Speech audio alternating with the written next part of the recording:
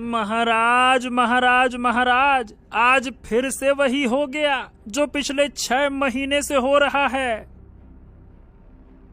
अरे क्या कहा मंत्री जी, आप ये क्या बोल रहे हैं?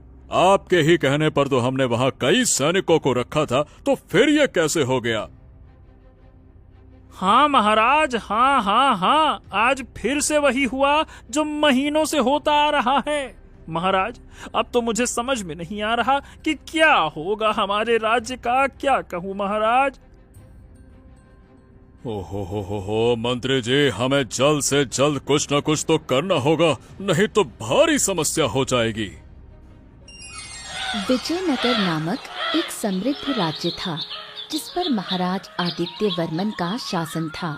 वो अपनी बुद्धिमत्ता और न्याय के लिए जाने जाते थे, लेकिन उनकी रानी लीलावती हमेशा उदास रहती थीं, क्योंकि उनकी कोई संतान नहीं थी। राज्य का मंत्री धूर्तकांत अपनी चालबाजियों के लिए कुख्यात था।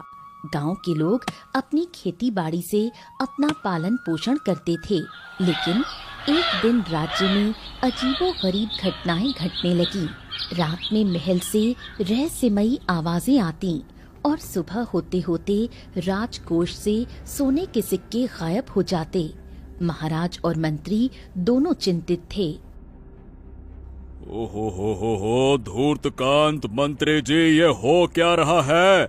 हमारे राज्य में पहले तो कभी इतनी अशांति ना दिखाई दी। अरे राजकोष से धन गायब होना, यह किसी बड़े खतरे का संकेत है। वही तो महाराज, मैंने अपनी सारी सेना लगा दी, लेकिन कोई सुराग ही नहीं मिल रहा। महाराज, ये किसी मानवीय शक्ति का काम नहीं लगता, शायद कोई अदृश्य शक्ति है। अरे ये क्या मूर्खों जैसी बातें कर रहे हो मंत्री? कोई बाहर निकल जाता है। रघु गरीब था, लेकिन दिल से बहुत अमीर। वो हमेशा गांव के जरूरतमंद लोगों की मदद करता। आज रघु खेतों में जाते वक्त रामू चाचा के घर के पास पहुंचा और गीता ने जो बोला था वो बोल दिया। उसी वक्त रामू चाचा ने रघु को बोला, अरे रघु, हमने सुना है कि महाराज आदित्य वर्मन के दरबार में राजकोष से धन गायब हो रहा है। हैं, ये क्या बोल रहे हो चाचा? ये तो बहुत बुरी खबर है। अरे वही तो, महाराज ने इस रहस्य को सुलझाने वाले व्यक्ति को बहुत सारे सोने के सिक्के इनाम में देने का वादा किया है। ये सुन रघु वहाँ से जाने लगता है। इसी बीच जब गांव में रघु अपने खेत में काम कर रहा था, तभी अपने खेत में काम करते हुए उसे एक चमकता हुआ सिक्का मिला। उसने उसे उठा लिया और सोचा कि ये किसी का खोया हुआ होगा। रघु को काम करते करते शाम हो गई और वो अपने घर की ओर निकल गया। कुछ समय बाद जब रघु सोने जा रहा था, तभी वो उस सिक्के को अपने तकिए के नीचे रख देता है और सो जाता है। तभी कुछ समय बाद रात को जब रघु सो रहा था, उसे एक सपना आया। सपने में एक वृद्ध महिला प्रकट हुई और बोली, हे रघु, तुम एक सच्चे और ईमानदार व्यक्ति हो। राजकोष से गायब हो रहा धन सिंहासन के नीचे छिपी एक गुप्त सुरंग में जा रहा है। ये सुरंग एक प्राचीन जाल का हिस्सा है जो उन लोगों को दंडित करता है जिन्होंने सोने का गलत इस्तेमाल किया। केवल एक शुद्ध हृदय वाला व्यक्ति ही इस जाल को निष्क्रिय कर सकता है और उस प्रतिज्ञा को पूरा कर सकता है जो सदियों पहले टूटी थी। तुम्हें इस सिक्के को सिंहासन के आधार में बने एक छोटे से छेद में डालना होगा।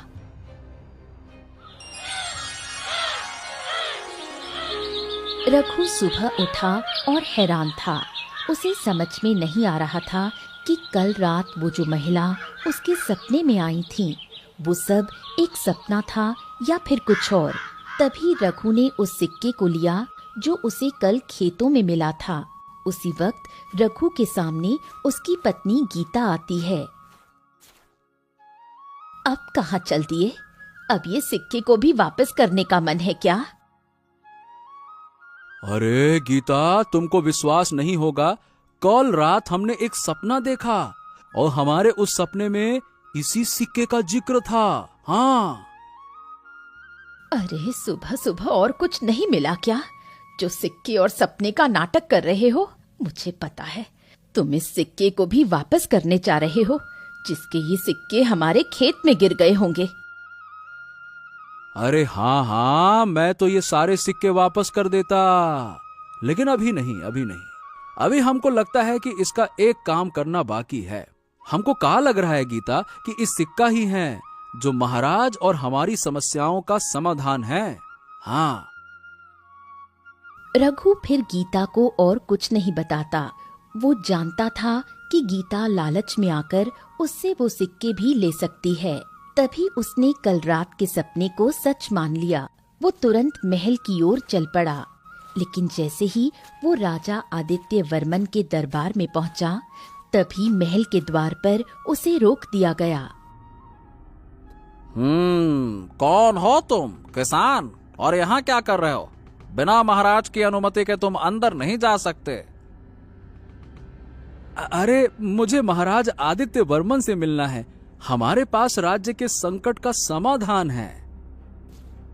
ये सुन एक सैनिक राजा के पास जाता है और राजा को बोलता है, महाराज की जय हो। महाराज, दरबार में एक गरीब किसान आया है जो एक रहस्य को सुलझाने का दावा कर रहा है। अच्छा, क्या वो सही बोल रहा है? चलो एक काम करो, उसको मेरे सामने तो लेकर आओ, फिर देखते हैं। राजा के इतना बोलने पर ही द्वारपालों ने उसे अंदर जाने दिया, क्योंकि महाराजा ने घोषणा की थी कि जो भी कोई समाधान लेकर आएगा उसे तुरंत महल में लाया जाए। रघु को दरबार में पेश किया गया। आओ आओ आओ किसान, बताओ क्या है तुम्हारे पास जो तुमने दरबार में लेकर आने का कष्ट किया? बताओ। महाराज, सबसे पहले तो आपको मेरा प्रणाम। महाराज, बात यह है कि कल जब हम अपने खेतों में काम कर रहे थे ना, तभी हमको एक चांदी का सिक्का मिला। और जब हम कल सो रहे थे तब हमको एक सपना आया जिसमें एक वृद्ध महिला इस सिक्के का जिक्र करते हुए राजकोष के धन का गायब होने का हल भी बता रही थी। अच्छा, क्या बात है, क्या बात है। तो दयालु किसान, क्या कहा उस वृद्ध महिला ने तुम्हारे सपने में? राजकोष से धन गायब होने का क्या रहस्य बताया? बताओ। महाराज, मुझे कल रात जो सपना आया ना, हमको विश्वास है कि ये कोई साधारण सपना नहीं था। ये हमारे राजकोष का धन जो है वो सिंहासन के नीचे एक गुप्त सुरंग में जा रहा है, और ये एक प्राचीन जाल है महाराज। और इसे निष्क्रिय करने के लिए मुझे इस चांदी के सिक्के को, जो मैंने खेत में पाया था ना, ये वाले सिक्के को सिंहासन के उधार में बने एक छोटे से छेद में डालना होगा महाराज। ये सुन राजा के साथ साथ दरबार के सारे मंत्री चौंक गए। उसी वक्त मंत्री धूर्तकांत ने रघु की बात को मजाक में उड़ाया और हंसने लगा। फिर बोला, वाह वाह वाह वाह वाह, देखो तो सही महाराज इनकी मूर्खता। काबिले तारीफ है, अव्वल नंबर की उम्दा प्रदर्शन। अरे महाराज, एक साधारण किसान के सपने पर विश्वास करके आप सिंहासन को छूने की अनुमति देंगे क्या? अपवित्र हो जाएगा महाराज, ऐसा ना करिएगा। इनका क्या है, ये तो मूर्ख है। आप तो समझदार हैं ना महाराज। मंत्री के ये कहने पर राजा ने थोड़ा सोचा, क्योंकि ये सुरक्षा से संबंधित सवाल थे। लेकिन तभी राजा को उस ऋषि मुनि की बात याद आ गई। शांत रहो धूर्तकांत। तुम ये भूल रहे हो कि ऋषि वशिष्ठ ने कहा था कि एक शुद्ध हृदय वाला व्यक्ति ही रहस्य सुलझाएगा। इस किसान में हमें वो शुद्धता दिखती है। ठीक है, आओ रघु, तुम इस रहस्य को सुलझाओ। महाराज ने रघु को सिंहासन के पास जाने की अनुमति दी। रघु ने ध्यान से देखा और सिंहासन के आधार में एक छोटा सा मुश्किल से दिखने वाला छेद पाया। उसने धीरे से उस सिक्के को उस छेद में डाल दिया जैसे ही सिक्का छेद में गिरा, एक तेज रोशनी चमकी और महल की जमीन हिलने लगी। सिंहासन के नीचे एक गुप्त द्वार खुल गया, जिसमें एक प्राचीन सुरंग दिखाई दी। सुरंग के अंत में गायब हुआ सारा सोना और एक प्राचीन ग्रंथ पड़ा था। सब हैरान थे, खासकर मंत्री धूर्तकांत, जो शर्मिंदा था क्योंकि उसकी नजर इस सारे सोने पर थी और उसकी योजना अब नाकामयाब हो गई थी। तभी रानी लीलावती रघु से बोली, महाराज, ये सारे खजाने ये ईमानदार और शुद्ध व्यक्ति ही ला सकता है। कृपया आप इसे अनुमति दें। हाँ हाँ रानी जी, आप बिल्कुल सही कह रही हैं। जाओ रघु, ये सारे धन और वो ग्रंथ इधर लेकर आओ, जाओ। रघु ने सुरंग में प्रवेश किया और ग्रंथ को बाहर ले आया। उसी वक्त ऋषि वशिष्ठ भी दरबार में पहुंच गए और उन्होंने कहा, ओम नमः शिवाय, नमः शिवाय। महाराज, इस ग्रंथ में आपके पूर्वज महाराज सूर्यदेव की एक प्रतिज्ञा लिखी है। उन्होंने युद्ध में मिले सोने का उपयोग अपने निजी सुख के लिए किया था, बजाय इसके कि वो उसे प्रजा के कल्याण में लगाते।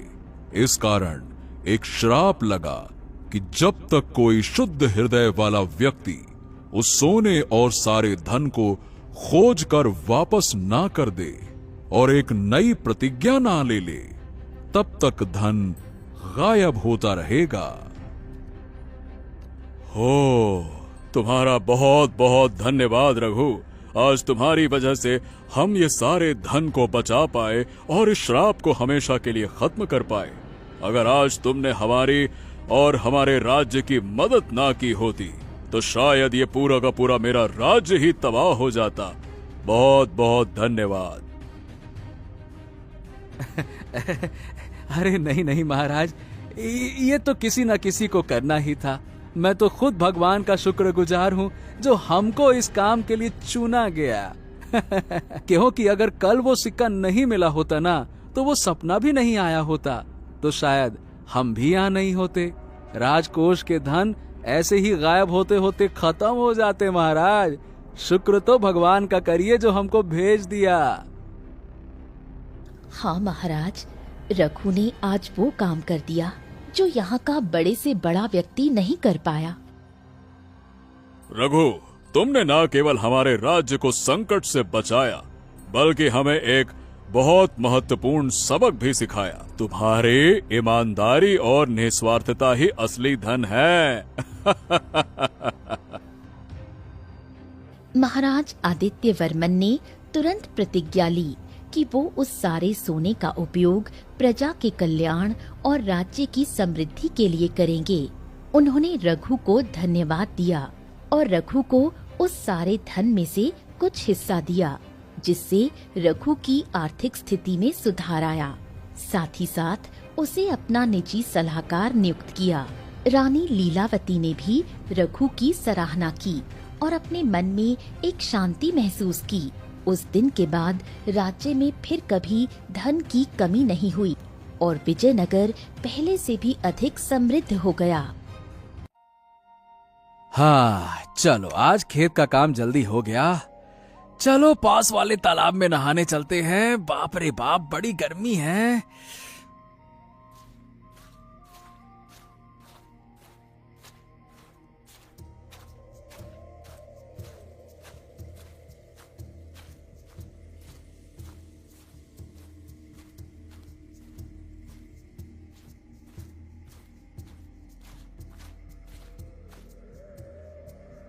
हैं? ये क्या हो गया? हे ससुरा, ये तो तालाब सूख गया। ये कैसे हो सकता है? अच्छा, अब समझा। ये इतनी गर्मी पड़ रही है, इसी के कारण ये हुआ होगा। हाँ, अब ये तो होना ही था।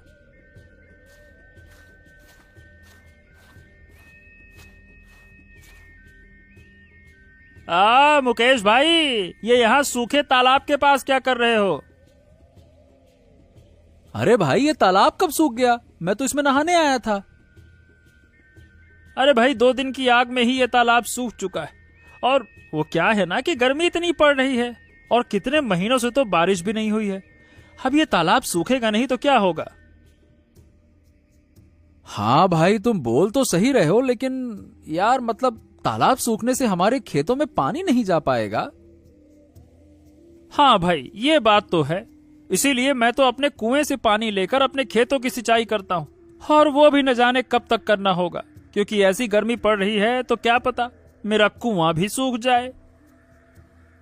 हाँ भाई, तुम बिल्कुल ठीक कह रहे हो। चलो भाई, अब चलते हैं। बाप रे बाप, बड़ी गर्मी लग रही है, नहाना भी नहीं हो पाया। ये है सूरजपुर गांव। ये गांव हरे भरे खेतों, फलों के बागों से घिरा हुआ था। गांव के लोग मेहनती और खुशहाल थे। वो सुबह से शाम तक अपने खेतों में काम करते और अपनी फसलों को उगाते थे। गांव में एक राजा राज करते थे, जिनका नाम सूर्यसेन था। राजा सूर्यसेन दयालु और अपनी प्रजा का बहुत ध्यान रखते थे। उनका एक चतुर और अनुभवी मंत्री था, जिसका नाम बुद्धि सागर था। महाराज, आपके आदेशानुसार मैंने बादलपुर गांव के राजा को पानी और अनाज की भारी कमी की समस्या के ऊपर जानकारी भिजवा दी है। अब बस उनके जवाब का इंतजार रहेगा। हाँ, लेकिन महामंत्री जी, वो सब तो ठीक है, पर मुझे क्या लग रहा है कि हमें अब अपने खजाने को खोलना ही पड़ेगा गांव में आई इस समस्या को सुलझाने के लिए। अरे नहीं महाराज, ऐसा नहीं होगा। आप चिंता मत कीजिए। बस एक बार बादलपुर के राजा का जवाब आ जाए तो हमारी मदद जरूर करेंगे वो। इस साल सूरजपुर पर एक बड़ी मुसीबत आ पड़ी थी। गर्मी अपने चरम पर थी। आसमान से आग बरस रही थी और धरती तप रही थी। महीनों से बारिश की एक बूंद भी नहीं गिरी थी। गांव के कुएं और तालाब सूख गए थे। नदियां भी सिकुड़कर पतली धारा बन गई थीं। मुकेश नाम का एक किसान भी इसी गांव में अपनी पत्नी गंगा के साथ रहता था। मुकेश एक परिश्रमी और ईमानदार व्यक्ति था। वो सुबह सूरज निकलने से पहले ही अपने खेत में चला जाता और देर शाम तक काम करता। उसकी पत्नी गंगा भी घर और खेत के कामों में उसका पूरा साथ देती थी। देखो मुकेश, अब कुएं में थोड़ा सा ही पानी बचा है। ये भी कब तक चलेगा? हाँ, क्या कहें गंगा, ऐसा लगता है कि धरती माता हमसे रूठ गई है। अरे हमारी सारी मेहनत मिट्टी में मिल गई। लेकिन मुकेश, गांव के और भी किसानों का यही हाल है। सब परेशान हैं। बच्चे प्यास से रो रहे हैं और जानवर बेहाल हैं। हाँ, अब क्या कहें गंगा, हमें तो कुछ समझ ही नहीं आ रहा। मैं तो मेहनत करने के लिए तैयार हूँ, लेकिन ये गर्मी देखिए, बिना बारिश के गर्मी बाप रे बाप सहन ही नहीं होती। क्या होगा भगवान।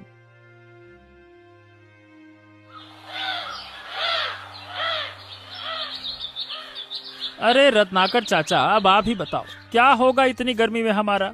गर्मी से तो अब गांव के बच्चे भी बेहाल हो गए हैं। बाप रे बाप। हाँ भाई, ऊपर से फसल बर्बाद होने के कारण बाजार में सब्जियों के दाम भी बढ़ गए हैं।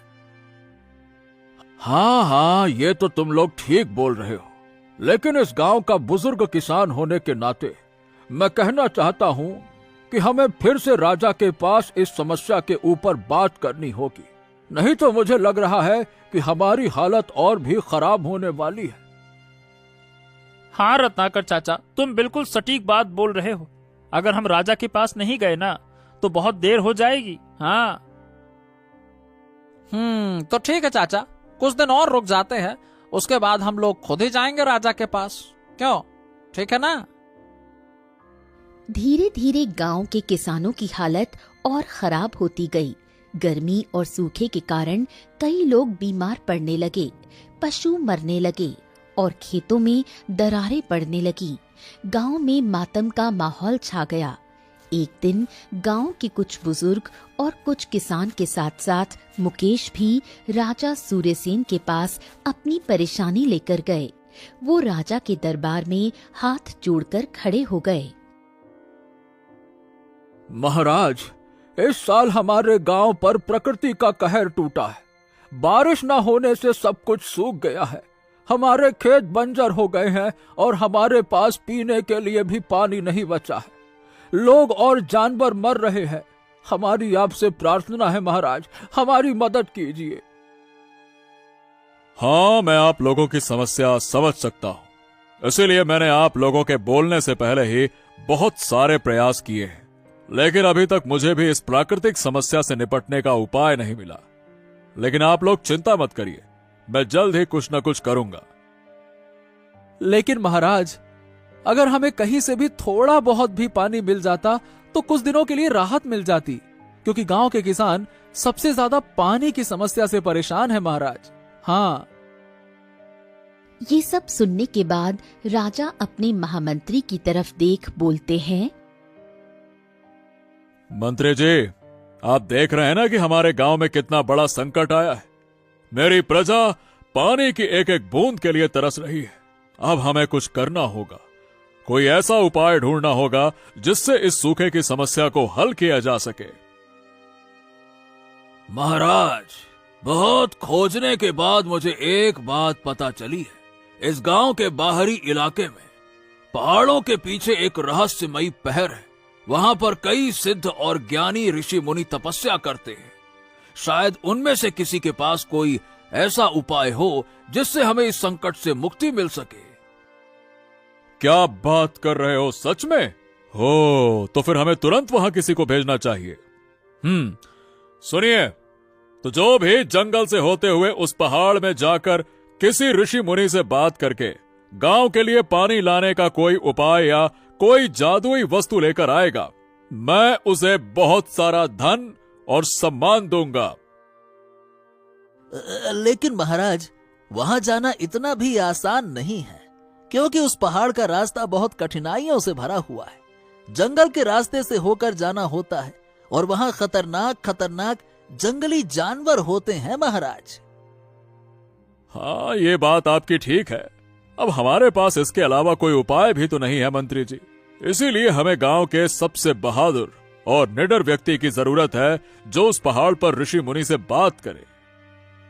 राजा ने तुरंत पूरे गांव में ये घोषणा करवाई कि जो भी व्यक्ति पहाड़ों के उस रहस्यमयी पहर में जाकर किसी ऋषि मुनि से मिलकर गांव के लिए कोई जादुई वस्तु या पानी लाने का उपाय खोज कर लाएगा, उसे राजा की ओर से ढेर सारा इनाम दिया जाएगा। गांव के कई साहसी युवक राजा की घोषणा सुनकर उस पहर की ओर जाने के लिए तैयार हुए, लेकिन वो पहर बहुत खतरनाक माना जाता था। घने जंगल, ऊंचे पहाड़ और जंगली जानवरों के डर से बहुत कम लोग ही वहां जाने की हिम्मत कर पाते थे। लेकिन जैसे ही मुकेश ने जब राजा की घोषणा सुनी, अगर मैं उस पहर में जाकर किसी ऋषि मुनि से मिलकर कोई उपाय ला सकूं, तो ये तो मेरे गांव और मेरे लोगों के लिए बड़ा अच्छा होगा, उनकी जान बच जाएगी। हाँ ठीक है, चलो मैं चलता हूं उन महान ऋषि मुनि से मिलने। तभी मुकेश अपनी पत्नी गंगा को सारा कुछ बताने पहुंच जाता है। गंगा, मैंने राजा की घोषणा सुनी है। मैं उस पहर में जाकर किसी ऋषि मुनि से मिलने और गांव के पानी का कोई उपाय ढूंढने का सोच रहा हूं। क्या तुम ये क्या कह रहे हो? वो पहर बहुत खतरनाक है। वहां जंगली जानवर और अनजान खतरे हैं। मैं तुम्हें अकेले वहां नहीं जाने दूंगी। अब गंगा, देखो, मैं जानता हूं कि तुम्हें मेरी चिंता होगी, लेकिन मुझे यह भी पता है कि हमारे गांव के लोग किस हाल में हैं। देखा है ना, बच्चों की प्यासी आंखें मुझसे देखी नहीं जाती। अगर मैं कोशिश ना करूं तो भी मैं कभी खुद को माफ नहीं कर पाऊंगा, और मुझे विश्वास है कि ईश्वर मेरी मदद करेंगे। मैं तुम्हें नहीं रोकूंगी, लेकिन अपना ख्याल रखना और जल्द ही लौट आना।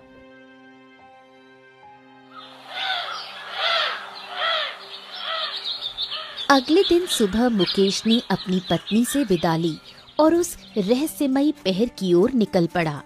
उसका मन गांव के लोगों की चिंता और एक उम्मीद की किरण से भरा हुआ था। कुछ देर चलने के बाद मुकेश अपनी मंजिल की सबसे खतरनाक जगह पर पहुंचा, जो ये जंगल था।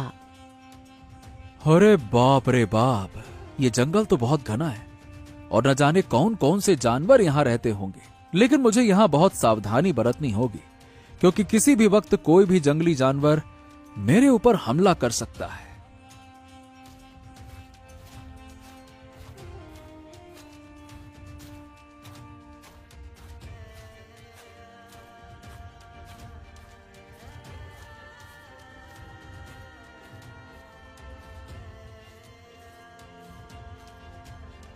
हाँ, चलो यहाँ थोड़ी देर आराम कर लेता हूँ। बहुत तेज प्यास भी लगी है, लेकिन मेरे पास अभी तो थोड़ा सा ही पानी है। ठीक है, मैं काम चला लूंगा इतने पानी में ही।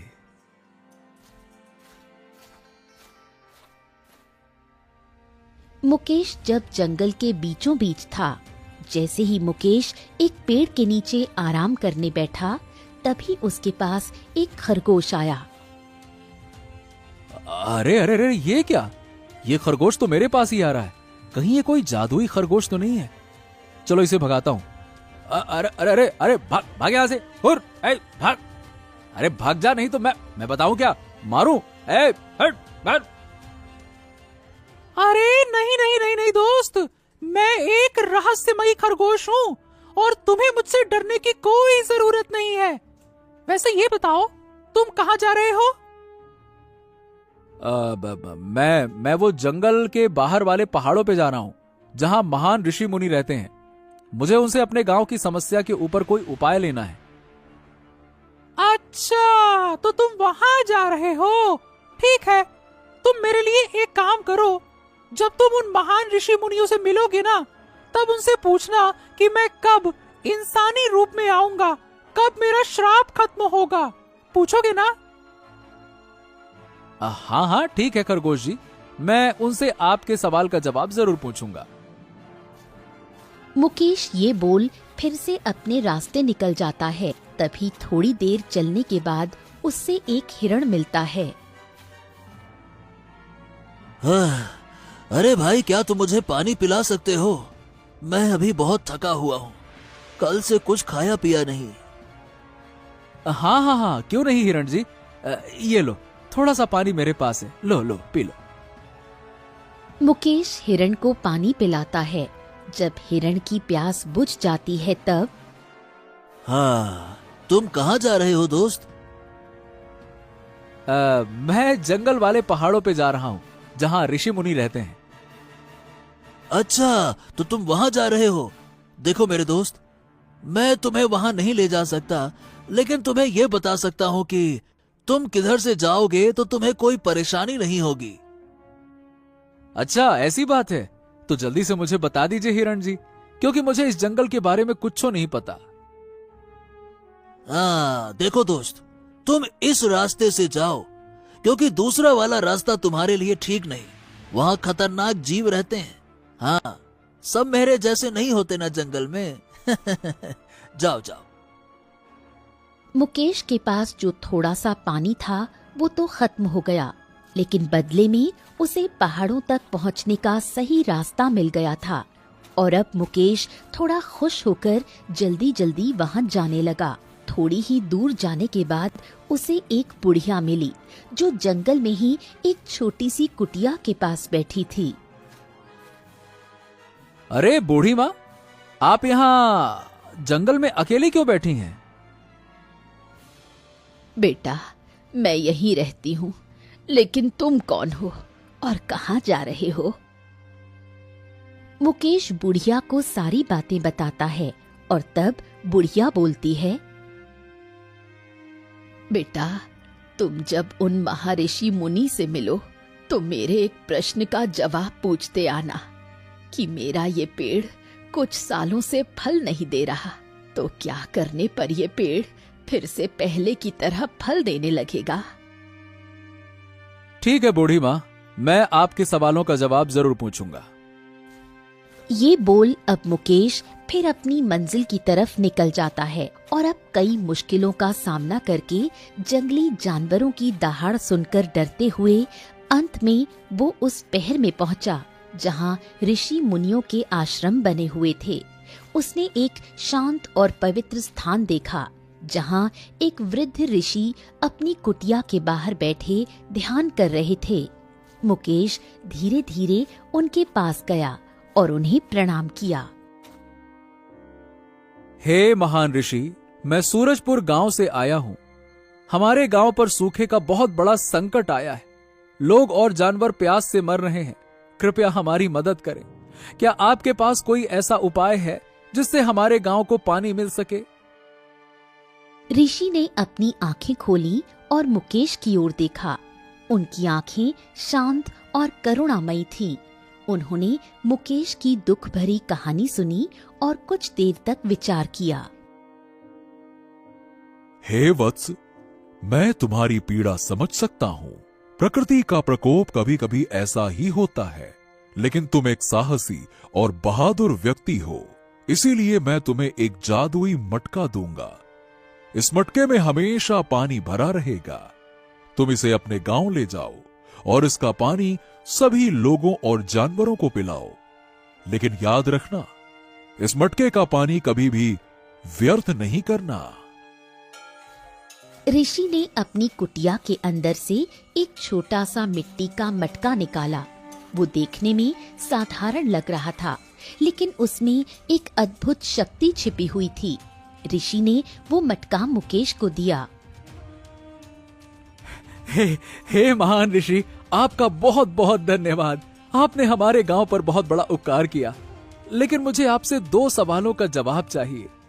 पहला ये कि जो रास्ते में मुझे एक खरगोश मिला था, उसका श्राप कब खत्म होगा और कब वो इंसानी रूप में वापस आएगा? और दूसरा, मुझे बूढ़ी माँ मिली थी, उनका वो पेड़ कब उन्हें फल देना चालू करेगा?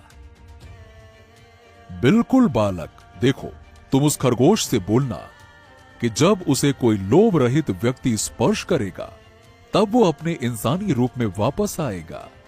और वो बूढ़ी जब अपने पेड़ से फल की चिंता ना करते हुए उसे रोज मन से पानी देगी और उसकी देखभाल करेगी, तब उसका वो पेड़ खुद ब खुद फल देने लगेगा।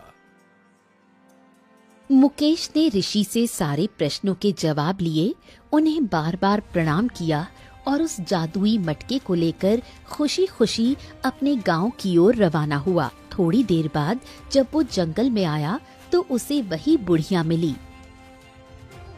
बेटा, क्या तुम मेरे प्रश्न का जवाब ले आए? हाँ बूढ़ी माँ, मैंने महान ऋषि से आपके बारे में पूछा तो उन्होंने कहा कि आपको अपने पेड़ से फल की चिंता ना करते हुए उसे रोज पानी और उसकी देखभाल करनी है। ये पेड़ आपको एक दिन जरूर फल देगा। बस यही कहा उन्होंने। ये सुन बुढ़िया खुश हो गई और मुकेश अपने मटके के साथ गांव की तरफ चला गया। जैसे ही वो गांव पहुंचने वाला था, वहां उसे वो खरगोश मिला। दोस्त, क्या तुम मेरे सवाल का जवाब ले आए? हाँ दोस्त, महान ऋषि ने बोला है कि जब तुम्हें कोई लोभ रहित व्यक्ति स्पर्श करेगा ना, तो तुम खुद ब खुद इंसानी रूप में आ जाओगे। अच्छा, तो दोस्त तुम ही एक बार मुझे स्पर्श करो ना। मैंने तुम जैसा व्यक्ति आज तक नहीं देखा। हाँ। तभी मुकेश उस खरगोश को छूता है। मुकेश के छूते ही वो खरगोश एक इंसानी रूप में आ जाता है। ये व्यक्ति मुकेश को धन्यवाद बोल वहाँ से चला जाता है और मुकेश भी अपने गांव की तरफ निकल जाता है। बहुत मुश्किल सफर के बाद मुकेश आखिरकार अपने गांव सूरजपुर वापस पहुंचा। गांव के लोग उसे देखकर बहुत खुश हुए। वो बेसब्री से ये जानने के लिए उत्सुक थे कि वो क्या लेकर आया है। अरे मुकेश भाई, ये बताओ, क्या तुम्हें सूखे से बचने का कोई उपाय मिला? क्या वहाँ वो महान ऋषि मुनियों ने कुछ उपाय बताया? हाँ, मैंने उन महान ऋषि मुनियों से बात की और उन्होंने मुझे ये जादुई मटका दिया और कहा कि इस मटके के पानी को कभी भी व्यर्थ मत करना। इस मटके से पानी कभी खत्म नहीं होगा। मुकेश की बातों पर लोगों को विश्वास नहीं हो रहा था। एक छोटा सा मिट्टी का मटका कैसे पूरे गांव की प्यास बुझा सकता है। मुकेश ने मटके का ढक्कन खोला और उसमें से पानी निकला। सभी आश्चर्यचकित रह गए जब उन्होंने देखा कि मटके में पानी खत्म ही नहीं हो रहा था। वो जितना पानी निकालता, मटका उतना ही पानी से भरा रहता। अरे वाह भैया वाह, ये तो सच में जादुई मटका निकला। वाह वाह वाह वाह मुकेश, तुमने तो कमाल कर दिया भैया, कमाल कर दिया। गांव के लोगों की खुशी का ठिकाना नहीं रहा। उन्होंने मुकेश का धन्यवाद किया और उस जादुई मटके से पानी लेकर अपनी प्यास बुझाई। सूखे खेतों में फिर से हरियाली लौटने लगी। कुएं और तालाब फिर से पानी से भर गए। जब राजा सूर्यसेन को इस जादुई मटके के बारे में पता चला तो वो भी बहुत प्रसन्न हुए। उन्होंने मुकेश को दरबार में बुलाया और उसका भव्य स्वागत किया। मुकेश, तुमने वाकई में एक अद्भुत काम किया। तुमने अपनी हिम्मत और चतुराई से हमारे गांव को सूखे के संकट से बचाया है। हम तुम्हें तुम्हारा इनाम अवश्य देंगे। राजा ने मुकेश को ढेर सारा धन, जमीन और सम्मान दिया। पूरे गांव में मुकेश की बहादुरी और बुद्धिमानी की चर्चा होने लगी। जादुई मटके के कारण सूरजपुर गांव फिर से खुशहाल हो गया। लोगों के चेहरे पर मुस्कान लौट आई। मुकेश और गंगा भी सुख और शांति से रहने लगे। वो हमेशा उस ऋषि मुनि के आभारी रहे जिन्होंने उनकी मदद की थी। लेकिन ऋषि की बात मुकेश और गांव के लोगों को हमेशा याद रही कि उस जादुई मटके के पानी को कभी भी व्यर्थ नहीं करना है। उन्होंने हमेशा उस पानी का सावधानी से उपयोग किया और कभी भी उसे बर्बाद नहीं किया।